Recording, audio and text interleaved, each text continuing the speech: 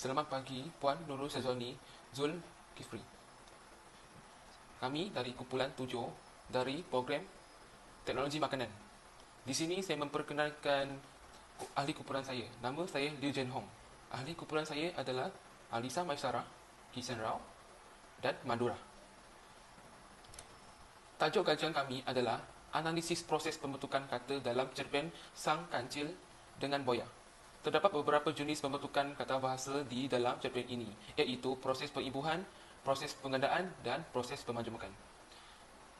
Penulisan ini akan membuatkan kajian tentang proses pembentukan kata. Proses pembentukan kata menjelaskan bahawa sesuatu kata itu dibina sehingga dapat menghasilkan ayat dalam sesuatu bahasa.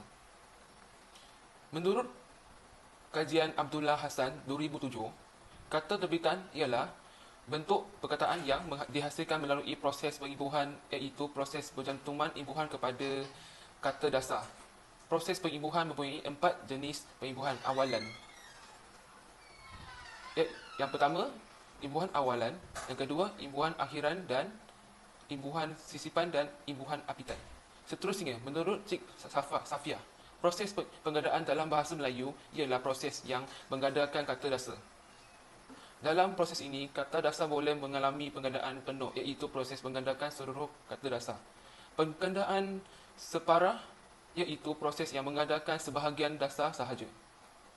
Akhir sekali, proses pemajmukan ialah proses yang menggabungkan dua kata dasar membawa makna. Kata majmuk dieja terpisah dan bertindak sebagai satu unit, iaitu bentuk tidak menerima sebarang pengisipan unsur lain. Berdasarkan sejenisnya, kata majmuk dibahagi kepada 3 kelompok, iaitu kata majmuk rangkaian, kata bebas, kata majmuk yang berbentuk istilah khusus, dan kata majmuk yang membawa maksud kiasan. Okey, terdapat beberapa proses perimbuhan yang terdapat dalam cerpen Sang Kancil dan Sang Buaya, seperti imbuhan awalan, imbuhan akhiran dan juga imbuhan apitan. Sebagai contoh, perkataan bersabar pada perenggan ketiga baris kedua mengalami proses pengimbuhan, iaitu imbuhan awalan ber tambah kata adjektif yang membentuk kata terbitan awalan. Bersabar di sini merujuk kepada sang kancil yang perlu menenangkan fikirannya sekiranya ingin mendapatkan makanan yang enak. Seterusnya, proses pengimbuhan yang terdapat dalam cerpen ini adalah pada perenggan pertama baris kedua, iaitu pertolongan. Perkataan pertolongan mengalami proses pengimbuhan, iaitu imbuhan apitan per-an yang membentuk kata terbitan apitan. Pertolongan di sini merujuk kepada sang kancil yang seringkali diminta untuk memberikan sesuatu bantuan. Akhir sekali, proses pengimbuhan yang terdapat dalam cerpen ini adalah pada perenggan keempat baris keempat, iaitu sahabatku. Perkataan sahabatku mengalami proses pengimbuhan, iaitu kata nama tambah imbuhan akhiranku yang membentuk kata terbitan akhiran. Sahabatku di sini merujuk kepada sang kancil yang mempunyai kawan, iaitu sang buaya. Saya ingin membincangkan tentang proses penggandaan yang terdapat dalam cerpen Sang Kancil dan Sang Buaya. Contoh ayat yang terdapat daripada cerpen tersebut ialah banyak binatang-binatang di dalam hutan datang kepadanya untuk meminta pertolongan apabila mereka menghadapi masalah. Proses penggandaan yang terdapat dalam ayat tersebut iaitu binatang-binatang.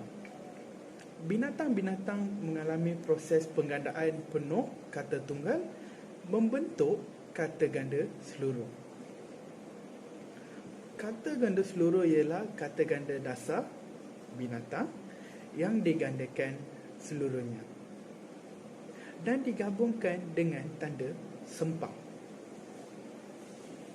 Binatang-binatang di sini merujuk kepada banyak haiwan yang tidak berakal fikiran yang sering meminta bantuan daripada seekor lagi binatang, iaitu sang kancil. Seterusnya, contoh ayat yang lain daripada cerpen tersebut ialah Setelah kepenatannya, sang kancil menyusuri tebing sungai tersebut sambil memakan daun kegemarannya yang terdapat di sekitarnya. Proses penggandaan yang terdapat dalam ayat tersebut itu dedaun. Perkataan dedaun mengalami proses penggandaan separa kata tunggal membentuk kata tunggal ganda separa. Kata ganda separa terbentuk apabila sebahagian daripada kata sahaja yang digandakan.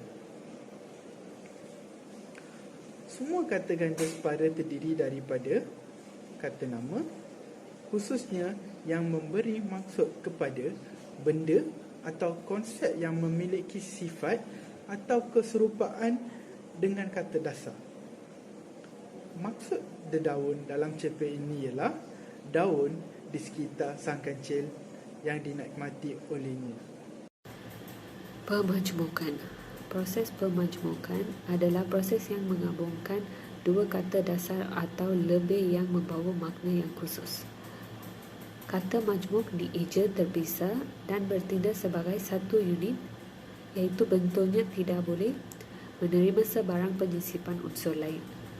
Contoh proses pembentukan kata atau pemajmukan yang terdapat dalam cerpen Sang Kancil dengan Buaya. Contoh pertama, apabila tiba di satu kawasan yang agak lapang, Sang Kancil terpandang kebun buah-buahan yang sedang masak ranum di seberang sungai.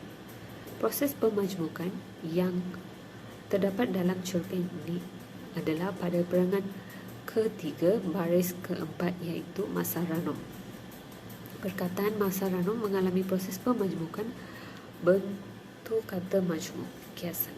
Kata majmuk kiasan ialah kata majmuk yang maknanya lain daripada makna yang ada pada kata-kata yang menjadi komponennya. Contoh kedua, tiba-tiba Sang Kancil terpandang sang buaya yang sedang asyik berjemur di tebing sungai. Proses pemajmukan yang terdapat dalam cerpen ini adalah pada perangan keempat baris pertama, iaitu tebing sungai. Perkataan tebing sungai mengalami proses pemajmukan membentuk kata majmuk istilah khusus. Kata majmuk istilah khusus terdiri daripada rangkai kata yang digunakan bagi merujuk kepada istilah-istilah tertentu dalam sesuatu bidang ilmu. Kesimpulannya, terdapat 3 jenis pembentukan kata dalam bahasa Melayu, iaitu kata terbitan, kata majmuk dan kata ganda. Manakala pula 3 kaedah untuk menerbitkan perkataan dalam bahasa Melayu, iaitu melalui penghibuan, penggandaan dan pemajmukan. Terima kasih.